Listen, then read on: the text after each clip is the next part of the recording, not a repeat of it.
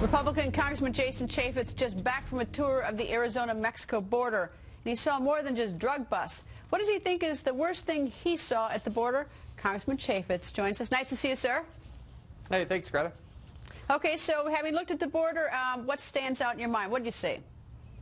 Well, there are thousands of good men and women who are down there trying to do the right thing in a very difficult situation, but that border is still very porous. We don't have exposure. We can't visibly see what's going on that entire border, and then you have parts of the border where you have this big, for instance, 18-foot fence that becomes virtually no little fence and then no fence.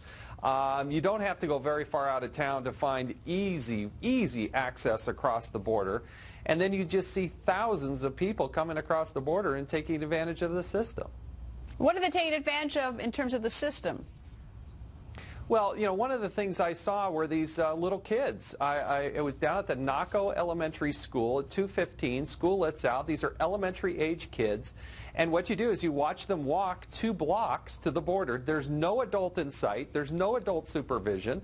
And I watched them literally walk across the border as the CBP person told me, home to Mexico. They just, every day, these kids wake up in Mexico, that's where they live, they go to school in the United States, and they just walk home. They cross an international border as if it is nothing. No checks, no paperwork, no looking at the backpacks, no adults.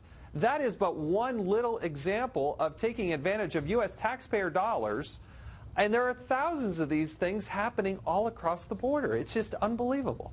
Now, that one's tough. I mean, who wants to hurt a little child? But if a Mexican national is attending a school paid for by American taxpayers, that is, you know, that is something that's very troubling. I mean, but I mean, look at these little kids have nothing to do with it. It's obviously their parents. Yeah. But how can you ask the taxpayers in the community to pay for that? Well, and they cross. I mean, you couldn't go down a ride at Disneyland. They're that short. They're that little. They're small.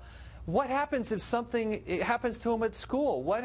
They cross an international border as if it's absolutely nothing. And then you see the amount of drug seizures, and you look at the nefarious activity. One of the other things that was very startling to me, Greta, is I went to the Eloy detention facility that ICE runs there in Arizona.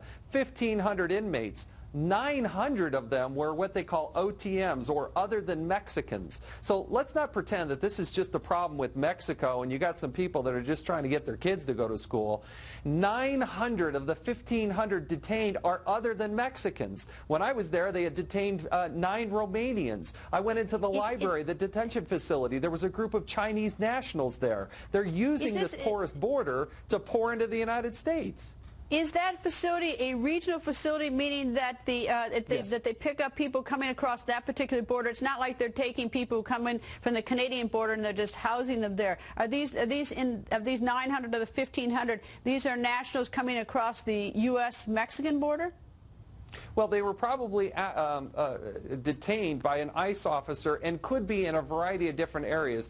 If you're a Mexican and you come across the border and you get caught there illegally, you're going to be back across that border probably within the hour. If you're from another country, they're probably going to detain you and then go to the system. This is how they game it. So, for instance, in the case of the Romanians, they didn't even run. What they told me is, oh, they want to get caught because then they're going to get a court date and then they'll be in the country for months legally while they go through this court process, which could lead out to years. They just game the system. They don't even run when they get here because they want to get caught, get a drink of water, the judge lets them go. We can't even process. Literally thousands upon thousands of these things happen on a monthly basis. All right, Congressman, we're out of time, but I want to give you a little homework assignment. I want you to come back next week with some of your ideas on how to solve this problem. So that's your homework. Absolutely. That's your homework. Thank you, sir. Okay.